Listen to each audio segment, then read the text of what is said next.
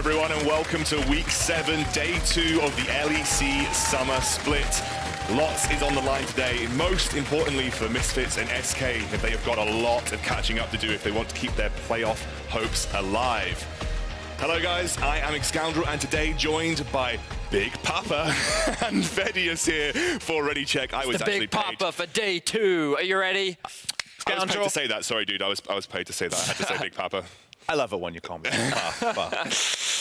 I'm gonna move on to the standings before we derail this entire conversation. Let's take a look at where we are in the standings, and you can see right now, XL on a 3-game unbeaten streak. They have jumped 2 spots. Yes, they're now sitting in 8th place. They're making that run for playoffs a reality. We thought that they wouldn't be able to do it, given they still had to get through Splice, Fnatic, and G2. But they've overcome the first obstacle. There's only 2 left to go, and they don't even necessarily need to beat them to secure a spot in playoffs. So XL looking primed, looking poised, looking ready. And all those expectations that analysts make are based on top teams performing like top teams, but teams are dropping. You know, Vitality getting that win over G2 yesterday now brings that parity even closer in the race for 6th, which of course is the playoffs cutoff. So right now, it does feel like anyone can make it in there. Yeah, and we're playing into that classic EU trope of everyone can beat everyone. With G2 losing yesterday to Vitality, it has opened up the middle of the table, but more importantly for the likes of Fnatic, also opened up the top end of the table. Yeah, it certainly has. I feel like our standings really are shaking up, and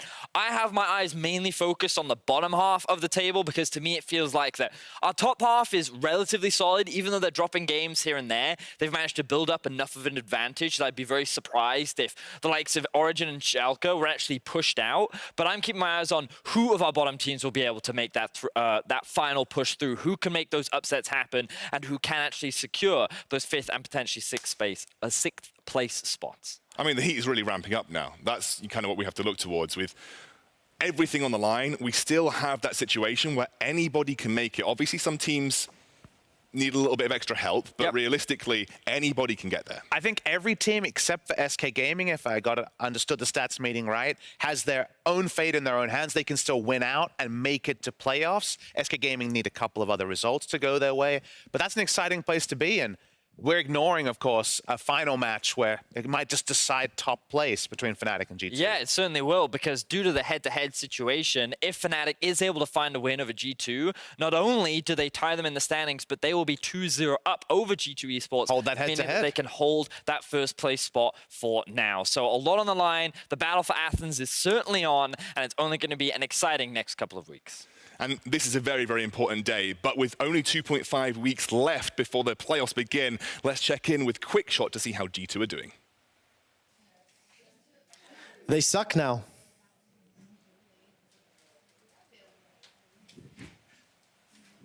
Well, all right. Yikes. Insightful. that's a thing. That was really insightful. Thanks, it reminds me of Reddit. Very results-oriented. It does seem like that, yeah. I think, you know, realistically, that was a very results-orientated opinion. But that's unfortunate. That's a little bit unfortunate. And with the apparent steep decline in G2's performance... Sample size of 1. I wanted to take this moment to really exploit a resource that we have available to us, which is Papa Smithy. He's an LCK analyst. And I want to take the time to see how some of our some of our LEC teams may stack up against our LCK teams. And this is that important part of the show, important part of Ready Check, where you guys can get involved in Twitch chat.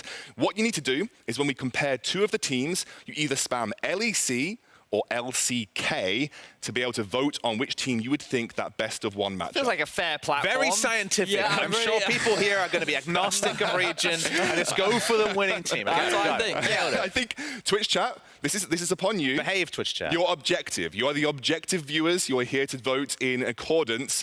I know you're LEC fans, but this is an objective part of the show. It's important, fans. Make sure that you only pick the correct answer. So actually, our teams are a surprise to pretty much everybody here. Nothing. So let's see which 2 teams we have to kick things off. Put them on the board. SK versus Griffin. All right, I think this is the one to test whether Twitch chat is working. I'm watching you guys on this one. All right, sell me something on SK Gaming where they could actually look to compete against Griffin. What do you got on SK Gaming? Because look, they are at the moment 10th place. What is this? What is this? It's just starting. It's just starting. Come on, chat. You've got to be a little more objective here, because even I, as a big LEC fan, look at this matchup and feel Griffin have a slight advantage. A slight. A best of what? 50 here we're talking about? One? What are we doing? Saying, like, if it's best of one, maybe like and one you're wearing your lucky socks. Okay, guys, right, we need to move on to the next matchup. Let's have a look at what we've got coming up. Twitch chat, I love you. You're very objective. Let's have a look. It is Fnatic versus... Okay. This is not bad. Okay. Fnatic versus SKTT1. And if you didn't know, SKTT1 have been doing much better in the LCK as of late. So I'll start with you, Papa. Where are we going here? This was definitely one that I would have had super Fnatic favored before Rift Rivals. I think that's the time where that would have been super clearly there. But looking at it now, trying to think about where this is at, I actually think it would be very close. And a best of one would almost be a coin flip based on draft. I think a lot of what Fnatic does in the drafting phase would potentially catch SKT off guard. Yep. So it's definitely one that I would put as a coin flip, but maybe Fnatic favored right now. I think if it were to be a best of 5, I would put SKT and I'm with in you this on that. situation, because I feel that something that Korean teams, but specifically SKT, have demonstrated, even their series against G2, is how they evolve and adapt throughout a series. And I feel a lot more faith in SKT's flexibility as a team and the versatility in their comp. Whereas Fnatic, while looking relatively strong, have still showcased what is a still relatively linear style to me, where if they don't find that early lead, they struggle as a team. Well, Twitch chat got it pretty even, 52% in favor of LCK here. So that's not bad, Twitch chat. Well done. Let's go on to the next teams, however. We'll see what's coming up. It is going to be XL versus Gen G. Oof. This feels sensationalist like the first one, with XL jumping up in quality here. You could see their mark and execute plan that's got them a 3-0, potentially putting a throw into Gen G's side. But I actually think that Gen G would be able to read the map and grind this one out enough to be able to take down kind of both a best of one. I would definitely side with them on a best of 5. I think in a best of 1, I would always give a chance to XL, largely because I think that their ability to find early game leads and snowball has only been getting better. And my big debate for you, Papa Smithy, was how confident do you feel in Gen G's ability to control and track an early game advantage? Because I feel like that would be XL's biggest strength. And while I do agree in a best of 5, the advantage actually goes to Gen G, I could definitely see XL causing some surprises. So the small reason why I think Gen G can always grind you down into a longer game, and because the sample size is so small of XL being able to actually accelerate and close games, like a really good Baron call yesterday worked there, I think Gen G keeps it to 40 minutes, it goes to 42, and Gen G grind it out. I need to move on to the very last one. Twitch chat called that just in favor of XL, and that's probably the first time XL's ever going to be competitive in LCK team. Oh, what is this? I think I'll take that compliment. This is what is this? G2 versus Jin Green Wings. I mean, okay. We all know who's going to win this one. We all know who's going to win this one. Obviously, Jin Air. I mean, how can you really match against the might of a team that is yet to win in the LCK? It feels like that their diverse set of strategies, the individual talent, G2 wouldn't stand a chance. I would love to get your opinion here, Papa, but I think look, I'm going to make an honest point here. Sure. If Jin Air played Jin Air would find a way to lose. So I think G2's got this one. Okay, well, let's take that and go a little bit more serious now, because we have those playoffs closing in, and with the race for playoffs being as close as ever, we want to make sure you guys know exactly what is going on, and we have QuickShot ready with a playoff check-in. Thank you very much, Scoundrel. That's right. A little bit earlier in Ready Check, our analysts did talk a lot about the standings and how they can implicate the postseason. Let's start with the obvious. When we look at the standings, G2 Esports are locked into playoffs. They are now battling for seeding and obviously looking for that preferential first or second seed to secure the bye and a guaranteed appearance in Athens. Take a look at our second place seed Fnatic at 10 wins and 3 losses. Now, they will lock in a spot in the playoffs with a win or with a rogue loss. Either of those things can happen, and Fnatic are guaranteed postseason. Turn our attention to team number 3. It is Splice, and it is simple. If they beat Rogue today, they are in. So, if Splyce beat Rogue today, both Fnatic and Splyce are guaranteed to make it into the playoffs, and that means there's only 3 spots left. Now, if we look at the rest of the standings, I want to draw your attention to Vitality and Origin at 6 wins and 7 losses. That's currently our benchmark for playoffs. Nobody is mathematically locked out of playoffs. The standing is whoever's going to hold that 6th place and how we determine who is locked out. Right now, as I've mentioned, Origin and Vitality, 6 wins and 7 losses. If we look at the rest of the bottom of the table, I'm going to look at SK Gaming as an example. They currently sit at 3 wins. If they win the rest of their games, they'll end the season with 8 wins, which technically would qualify them. However, it would also require a number of other teams around them to lose a considerable amount of their upcoming games. So while nobody's mathematically locked out, it is very difficult for teams like SK to make it in. For today, keep your eyes on Splyce versus Rogue. That is the game that can help determine whether Fnatic and Splyce guarantee the postseason. We're going to head back to Scoundrel for the rest of Ready Check. Thank you very much, QuickShot. Yes, obviously today's games are important, but maybe none more so than that Splyce versus Rogue matchup. And I guess that means we need to have a look at what's going on today. Sounds we have good. A very, very good set of matches, and I actually think there's a couple of really interesting ones. My personal favorite that I'm looking forward to, obviously G2 Fnatic. We don't need to say much more than that, but other than that, Origin versus Schalke for me is a personal highlight. Anything that you guys are particularly looking forward to? I'm really excited for XL versus Vitality. I think it was a really difficult one to predict. I think that based on the performance of both teams, they're both looking very good coming into today. And I know that my mum is really excited for the XL game as well. Okay. So I have to be excited for that matchup too. I flew all this way to cast great LEC matches. I think we were up and down yesterday. I'm looking to the last one today. I know it's the easy one. It's the big seller. NA, everyone will be tuning in.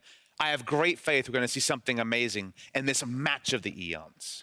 Match of the Eons. That's what they call it. You got the line in there, mate. I like Hashtag it. ahead. Let's have a look at what the guys predicted today then, because we have got some interesting matchups.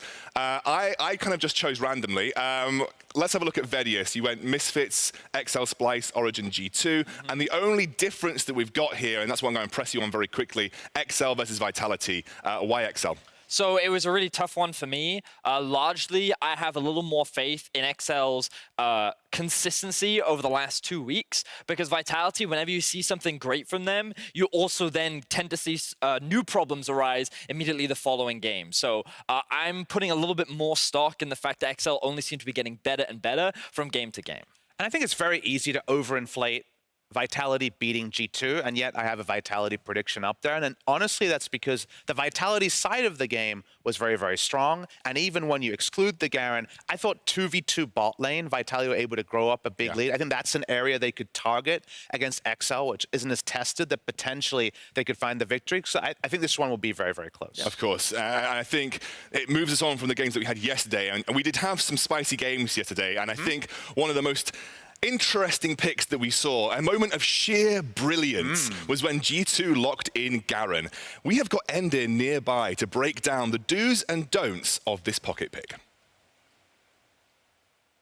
Thank you, Scoundrel. Now I'm going to teach all of you out there just how to play Garen like the G2 champions we know and love. Now, if you're at home, you probably need to know what your abilities do first. And more importantly, if you're on the LEC stage, you need to know what Garen actually does. We have a very intense clip here at the start of the game where Wunder uses that high APM of his to hover over those abilities, reading through so many words per second here to understand exactly what this character does. But I recommend if you are at home, just go on Pro Builds, type in Garen, and actually you're going to realize that no one's playing Garen, and you're going to rethink that decision. You're not going to actually lock in that pick if you want to win. Spinning to win, it's dead. It's not a real thing. I'm sorry. Now, one cool thing, I suppose, that Wunder did in this game is he took Unsealed Spellbook on the pick. That was like my one positive for him, because if you're playing a champion that usually goes Grasp the Undying against a ranged top laner, well, you're never going to be able to proc that, so take the Unsealed Spellbook, thank me later. But speaking of ranged top laners, there were 4 on the opposite team here in this game, which makes Garen a very unhappy person. So again, if you're G2, go ahead and do that. Lose the game. That's totally fine. If you're at home, don't pick the Garen against 4 ranged characters. Just do me and all of your solo queue teammates a favor right there. Also, if you're Wunder in this case, you don't actually need to put any points in your W judgment because the community is going to be taking care of that for you. Now, in this game, you can see Wunder struggled a bit. to say the least. He gets one auto attack off there. Gets maybe a couple autos off in the rest of the game, but more importantly, he never got his ultimate off even a single time. In this clip here, when his Nexus is going down, he presses his R key for the first time in the entire game, but he's killed before the spell can go off. So in summary, just don't do it. It's not worth it. I don't care if anyone's up in the crowd holding a sign for you. Do not pick that champion. Although, if you are a Fnatic fan, you might be hoping that G2 lock that one in as those two teams face off in our match of the week. Oh, Caps! He just solo killed Pog! Are you kidding me? The fastest win of spring. G2 destroy Fnatic. G2, the perfect teammate! G2 esports, Fnatic. The main event, for sure. I would have had these two teams in the top 5 teams in the world. Fnatic need to prove that the G2 victory wasn't just a fluke. Meanwhile, for G2, finally it's personal for them. Fnatic, they managed to beat G2 Esports in what was an absolutely brutal game. That's a lot of damage on Caps. Whippo does not have the ignite, but Caps is just forced away. Caps has to flash the chase! Fnatic do to G2 what G2 have done so many times before. They obliterate them. It showed just how relentless these two teams are when they go up against each other. It was like a solo game. At some point, enemy team had 15 kills and everything could one-shot me. For the next game, I will look to just win my lane. Stuff that didn't go as planned, so it was kind of unwinnable, but also, yeah, we were really trolling. This time we won't troll. If you look at it from Fnatic's perspective, they beat G2 with their best champions and used G2's volatility against them. Only very few teams can match them in terms of individual talent. This is what peak League of Legends looks like, and it comes from Europe! But luckily for us, we're one of those teams. Fnatic are the kings of the West, and they will represent in the World Final! I think that when all their players are playing well, they look at their strongest. Once some of their players start making mistakes, it's usually the others that pick up the pace. Kind of scary thing about G2 is that they're doing even more than the human eye can sometimes notice. G2, they look stronger than ever in Europe, and I have a feeling that they are looking to get revenge for their only loss of the split so far. I was counting recently and I think G2 is 17-16 against Fnatic all time. So we can't lose to make them draw. Me and Mickey have been killing our opponent 6 games in a row now, so there's gonna be another one on the list. If we were to pick on someone from Fnatic, it would probably be their nemesis or Broxa, because they seem like the easiest targets in their team. I would like to see G2 try to come and steal my lunch money. I don't think that's happening anytime soon. You wanted to see that Dragon Rage? Go, the black! And a player like Yankos, for many people, the MVP of summer, like Broxa, put him in the dumpster last time. You see that in the First Blood participation, right? The First Blood King is no longer the First Blood King. Brox has taken over. Questions for me in this matchup are all around the early game. Whippo, Hylissang, Broxa, they will have to unleash their aggression and their creativity to inflict enough damage so G2 doesn't get to their devastating mid-game. We don't play late games. 2 or 4 games went past 30 minutes. Every early game was one early game. Caps with an axe to grind, 98 times out of 100. He's looking to style. So who wants to kill the king? I am not a king. I am not a god. I am. It's history in the making, and the outcome of this match could very well decide who gets the first seed for Worlds. I think this is going to be one of the most exciting games we're going to see all split, and I can't wait. The games against them are always really bloodthirsty, really fun, and I just want to know where this one takes us. I don't want to sound like too cocky, but I don't think we're gonna lose the split. I already visualize myself lifting the trophy. The first step is LEC and then Worlds. Fnatic's aiming for first place. You want to be the best. And you want people to see that you're the best. I don't think anyone would be okay with us going second. We want to like win everything. Motivated G2, big match feel. Let the games begin. Oh, the hair's raising up on my skin after watching that. Sold the whole thing for me, but this is an insane match. It's a highlight. There's so much history between these two teams. The 18 and 17 isn't a a clear representation of how the legacy goes for these two teams, because it's always been one on top and then it's the other and then the other, and it's constantly a trade of who reigns atop of Europe. And right now it is G2, and Fnatic are trying so hard. They're looking to reclaim the title of being the best. And while not all of our fans were around for all of the heydays of these squads, let's just go immediate. It is the 2018 World Finalists versus the 2019 MSI champions. So it is an international match that people around the world will tune in for. It's going to be the highlight of today. It is our match of the week. But on the topic of G2, yesterday we did see that Garen top lane pick, which left us wondering why. Well, after doing some research, we've uncovered the top secret process which G2 used to determine their draft. We're going to show them? Are we sure about this? We might get in trouble for this. I'm going to take a risk. Okay. I'm gonna bring it on to Ready Check. I hope Grabs doesn't grab me after this and say, you shouldn't have shown. But we have a very special way that G2 determines their champions. So I would like to introduce you to our very, very special wheel. The Wheel of Champions. This music is great. It's good, isn't it? I wonder if G2 have the music playing when they're also deciding. That's my big question. I think you must. I just don't think it works without the music. And I think we're going to. So we've already seen one pick that they've done before. But it's still on there. It's still on there. But there are plenty of others there. So let's take our first spin of the wheel. So let's see what they're going to be playing up against Fnatic today. All right, you get this one, Vedius. Oh, it looks like it's going to...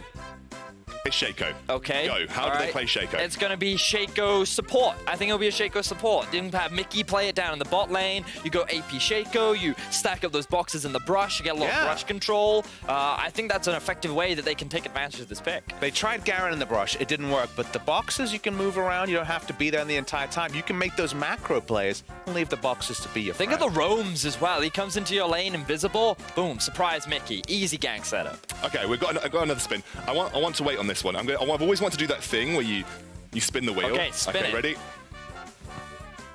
Whoa! See? That was really well done. Sure. All right. What do I got? I got the nocturne. Yes. I got something. Oh. Okay. All right. Fair enough. Okay, a Moo. All right. So a Moo. I think this is going to stay conventional. Put him in the jungle. Who got away with that one. Crowd control. That could work. Jankos is pathing. They're first. Throwing out bandages. What's not to like? I'm more inclined to go for the top lane Amumu with Wonder. I'm thinking like full AP, one-shot Amumu, CC. What about that laning phase that he likes? I mean, we've already seen how great his Garen top lane is. Surely his Amumu just as well. All right. I think we've got one final spin. I'll let it do it automatically. That wheel. Nope. Oh, no. Good enough. All right, I'm hoping for the Nocturne. I'm seeing a trap. Okay. All right, so clearly this is their decision-making process yesterday, and it didn't work. So please never spin that wheel again, G2. I mean, okay, let's say you had to redo.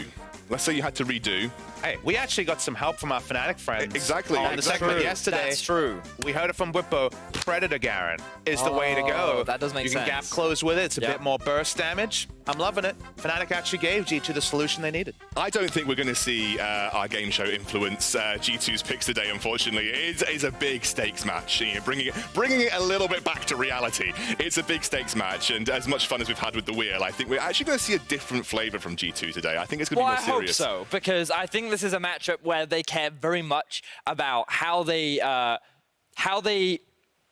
redeem what they were able to do last time. Because remember, Caps got shut down, Wonder got shut down, Broxah was entirely controlling the map, and it feels like the G2 want to come in and showcase that they are currently the best team in Europe. And I think we have to now move from our last game of the day to our first game of the day, which will be Misfits versus SK. I briefly touched on it at the start of Ready Check. Both teams need this win. They're coming off the back of devastating losses. Yeah, they did struggle a little bit in both their games yesterday. One was a little closer than the other. And starting with the one that wasn't quite as close, Misfits' game was a bit of a struggle against Origin.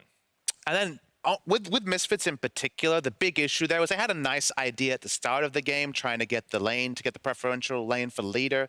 But things started to fall apart very quickly, and Origin kind of read them like a book. We know what Misfits' strategy is. At some point, it will be throw all the resources into leader's lane. Problem was, Cold was there first, and that one kind of fizzled out pretty quickly. When we talk about leader, we talk about feast or famine.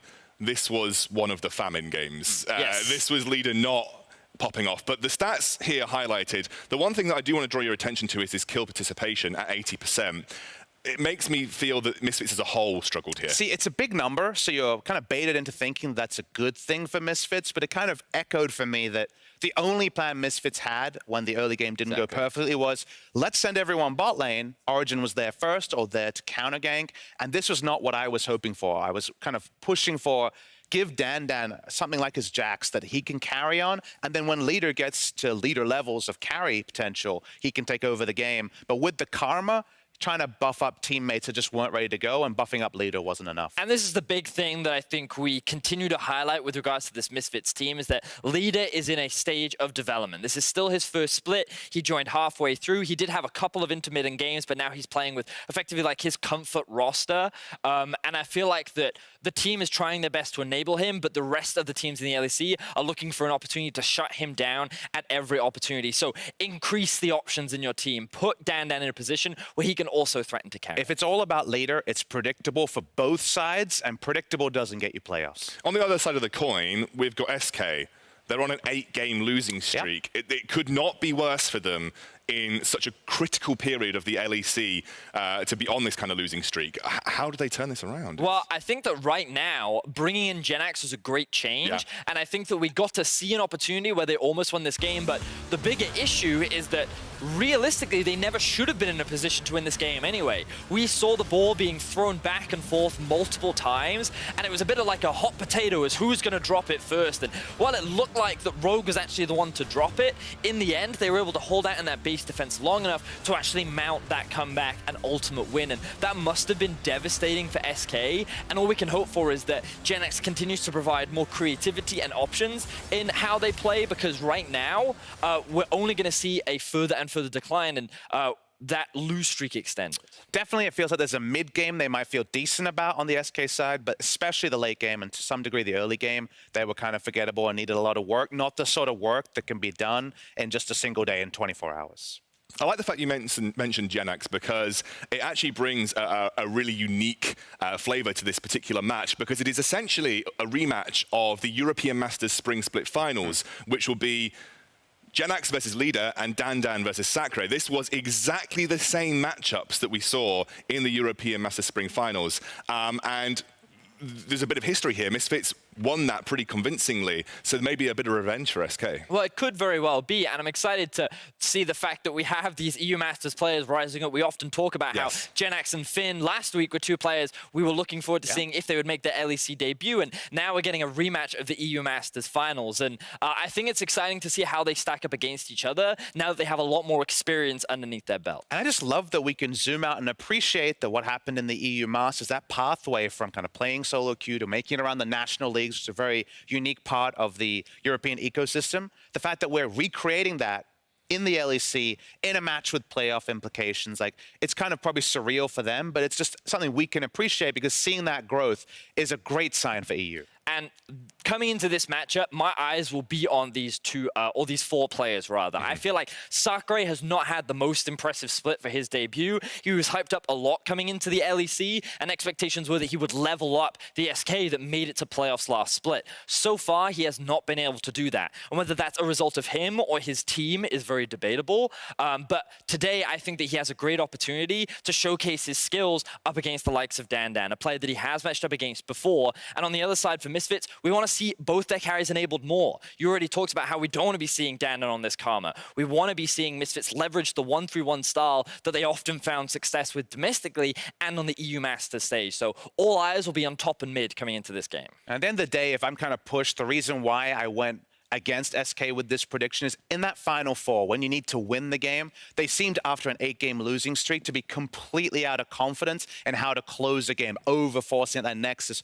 for minutes on end. So you got to be able to close games, and if Misfits hit the things they need, like leader's strength level, they do know how to win with that. And again, what I really want to reiterate is how wonderful it is to see that direct talent pathway from sitting in your bedroom, playing in a national league, going to the European Masters, and now finding your way onto the LEC stage. It is a clear pipeline of talent that we have in Europe, and it's really nice to celebrate that. And especially, I think this game will hopefully be a celebration of that talent. But it's also a matchup that can determine whether these teams can make it to playoffs or not. So the stakes are very different now that they're on the big stage. Yeah, I mean, there is a huge amount on the line for both of these teams. It's incredibly important, and both teams need that win. Let's send it over to our casters.